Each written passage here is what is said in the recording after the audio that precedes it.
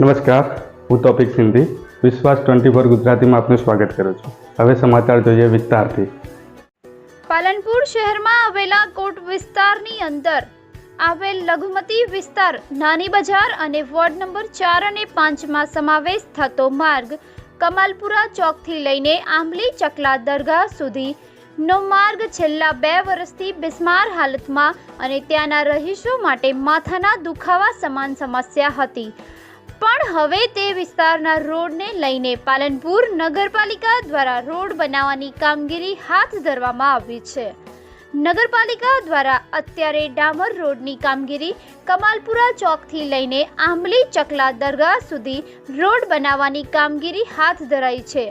તો 2 દિવસમાં મુસ્લિમ સમુદાયના પવિત્ર રમજાન માસ શરૂ થતો હોય તો ત્યાંના રહીશોને પડતી મુશ્કેલી વધી રાહતની સાસ અનુભવશે।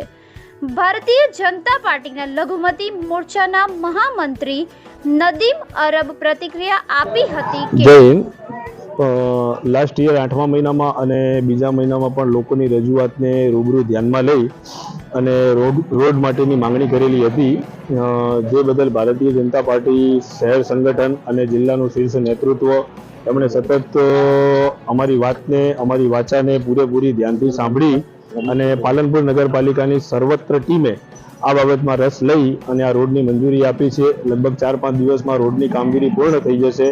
આ લાગણીઓને ધ્યાનમાં રાખી એ બદલ હું પાલનપુર નગરપાલિકા ટીમ, ભારતીય જનતા પાર્ટી શહેર સંગઠનનો દિલથી અહીંના રહેવાસીઓ વતી આભાર વ્યક્ત કરું છું। ધન્યવાદ। આથી કમાલપુરાની અંદર કમાલપુરાથી માંડીને નાની બજારની મધ્ય સુધીનો રોડ જે 2-3 વર્ષ સુધી એકદમ ભંગાર હાલતમાં હતો અને આજે આ રોડનું કામ શરૂ કરવામાં આવેલ છે।